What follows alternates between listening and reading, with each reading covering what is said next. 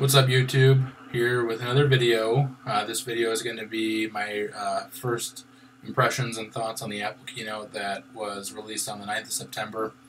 All in, I think I'm pretty satisfied with what I saw. A lot of game changers, I think, specifically for the wearable market. Um, while I think the Apple Watch is a really good milestone for Apple, I think time will tell that. I don't necessarily think that I don't think they established a new precedent with that. Wearables have been around for a while. They just kind of sucked, and most of them do still suck. But I think that Apple, and most people will agree, I mean, unless you're a diehard Android fan, I would say the iWatch is probably the best wearable to date as far as, its ecosystem that it has backing it up, the design, the materials used. I mean, it's a really cool device. And I guess we'll have to see what happens. I'm sure it'll sell like crazy, like all Apple products do. But as far as wearables go, I would get one. I mean, it's definitely been the best wearable to date as far as I'm concerned. But we'll see what happens. The reason why I don't necessarily think they established a new precedent with that, like they did with the iPhone, was because the iPhone was a little bit different. I mean, there really wasn't anything else like it when it came out. It was, if you look back and you think about what phones used to be like, and you think about the iPhone, it's like holy crap, this is awesome. With the iPad, I mean, as far as tablets go, that was definitely a milestone for Apple, but, the technology was already there. I mean, the iPad is essentially just a bigger phone. I mean, it's just a phone, or like an iPod Touch or an iPhone with a bigger display. But as far as tablets go, I mean, they had the best one, and they still make a really good tablet. But their products speak for themselves. The Apple Watch, like I said, I mean, there's other ones out there. They've been out there for a while. And this is just Apple's iteration of a wearable, but it happens to be really good. But I don't think they've really established, like, a really big precedent like they did with the iPhone. But that's just me. I give them credit where they deserve it, and that's making really good things. But yeah, I mean, it's great. I mean, it was bound to happen eventually, and I'm really happy that they were able to finally push one out. It'll sell really good, and I'll probably get one. The other thing I liked was I really like what they did with the iPhone 6. I think it's it definitely is an upgrade.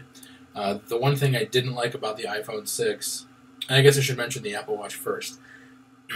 Apple recently bought a company that makes sapphire crystal displays, and one of the challenges they had with manufacturing and design was trying to make enough of these displays for all of their products. While the sapphire crystal is like second to diamond on the hardness scale, and it's incredibly clear. The iPhone 5 and 5S camera have got a little crystal lens on them, and it's really scratch resistant too, which is really beneficial. But there was a lot of talk about them including it in the iPhone and the Apple Watch, or what was then known as the iWatch. But the only product that got it was, I believe it was just the Apple Watch. But what really sucks about that is out of the three categories of Apple Watch you can get, only the Apple Watch and then the Apple Watch Edition models have it. The Apple Watch Sport does not. Why? I'm sure it had to do with, price for one, but also constraints with being able to make enough of them. I don't know about you, but you could probably make the argument that a sport wearable should probably deserve the same kind of display. Because it's a sport watch. You go out with it, you run around with it, it might bump into things. So scratching, I think, is just as prevalent, probably more common than the Apple Watch Edition models. Which, if you think about, like the 18 karat gold, usually people that go out running or are outside doing things outdoors aren't going to be wearing a 18 karat gold watch. Unless you're filthy rich, in which case, screw it. But I don't know. I know. I'm pretty sure that's why. I can't say I know because I guess I don't. But I'm pretty sure it had to do with constraints and price. But I would have really liked it if they would have kept it the same all across the board. I think that would have enticed me a little more. I mean, I still want to get one. I probably will get one, but man, I don't understand why they couldn't just done it all the way across the board. Because I know that once I get it, and the color that I want also only happens to be available for the sport line. So yeah, it sucks. But the iPhone 6, I think, was a really nice upgrade. I love the front. I love the sides, the bottom, the top. I mean, it's a really beautifully crafted design, except for the back. I do not like the back at all. I think the back is, honestly, I mean, I love the way that the iPad Air looks. I've actually got an iPad Air here, and the iPhone for a long time has had like the two-tone design with the glass and the metal. And I like the way that the iPad Air looks because it's like one solid piece of aluminum. But the thing about the iPhone 6 is you have like those little like lines that go across, and I know that that could. I mean, the iPhone's got them too on some of the metal. I think that has to do like with the way that they like the antennas that they use. I don't know if it's still the same or not, but I don't know. It looks ugly. I feel like if you're going to have those defined lines across, it would have been much better to have like a two-tone look, like on the iPhone where you had. Let me see if I can get it out here for those of you that. I mean, I'm sure you guys have all seen what an iPhone 5 looks like. But it has like that two-tone look where you've got like the glass on the bottom and the metal on the top. Initially, I thought that was going to be a really ugly look, but they were definitely able to pull it off, and they pulled it off really well. I don't know, I wish the 6 had the same attention to detail like that on the back. I mean, the back, just to me, it looks like they just...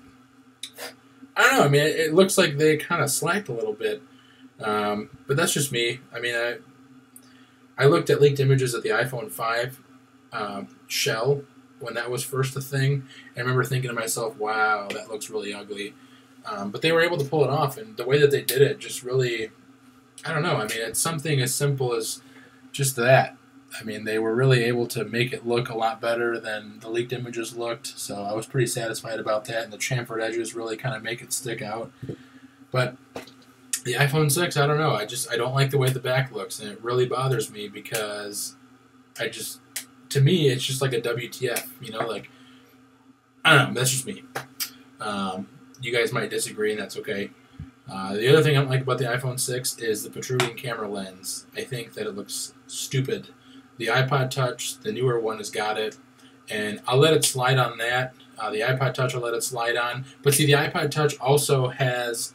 It at least has like the solid metal back. You don't have like those lines or anything going across it. I think the iPod Touch looks better as far as the back goes in the iPhone 6. But that's just me. Otherwise, yeah, I mean, I was pretty satisfied overall. I'm really excited for iOS 8. It's going to be a really nice upgrade. Apple Pay was also really cool.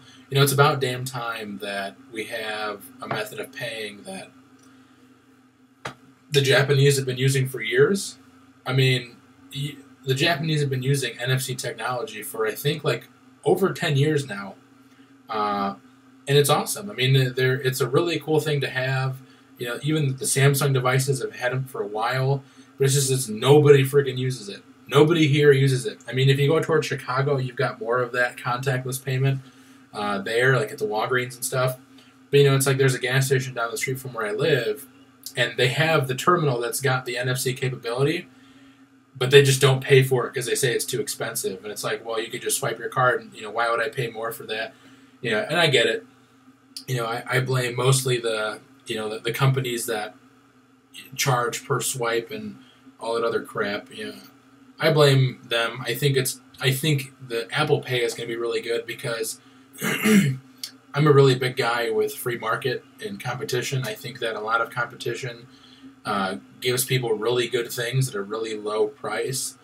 Look at with the cell phone providers, the no contract thing that T-Mobile started, and everybody else followed suit. Though, yeah, you're not on contract, but it still comes out being about the same that you pay, maybe a little bit less.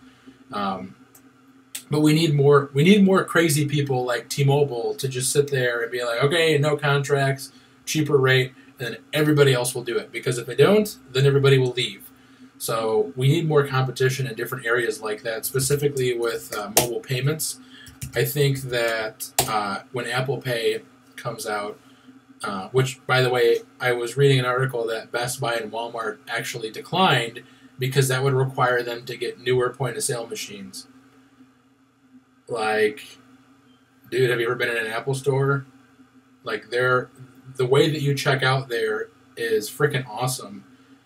I mean, I don't know why you wouldn't want that. I mean, I know that a lot of these decisions fundamentally come down to money, but I used to work at Best Buy, and I actually tried to have them come out with better POS machines, and the reason for that is because I told my general manager, I said, you know, for a company that sells technology and technology solutions to people and markets having the latest and greatest, you know, I feel like the technology that you guys use should reflect that, because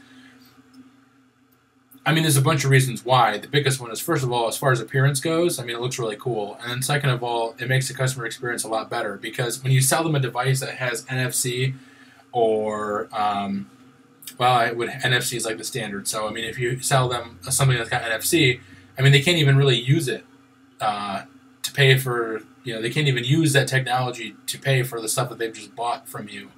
And that's why these companies come out with these things, so that you can use them. And if nobody's using them, it's like, well, that sucks. I feel like it's just kind of keeping things difficult when it doesn't have to be. So I'm hoping that Apple Pay will establish a precedent in that regard and be able to make mobile payments a lot easier. And give people the option to, use their cool devices that they have and, pay for all the stuff that they want in a really easy way. So I'm really hoping that Apple pushes hard for that. And who knows, maybe if they undercut everybody else for using their system, I mean, other people will have to lower their rates too, because otherwise there's no incentive to keep using them. I haven't really looked into that and, what goes into, credit card terminals and the fees and whatnot, but I know that it's expensive. I know it's very expensive.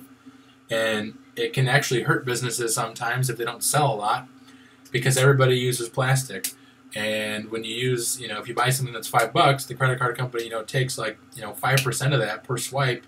Now the company gets less, on top of the fact that they already had to mark the product up to try and make money. So I'm hoping that changes things, even just a little bit, because the more people that use it, the more popular it will get, and then everybody else will have to follow suit, because then there just won't be any more business for those other companies that are just raping everybody else. So, yeah, that concludes my thoughts and impressions on the Apple Keynote.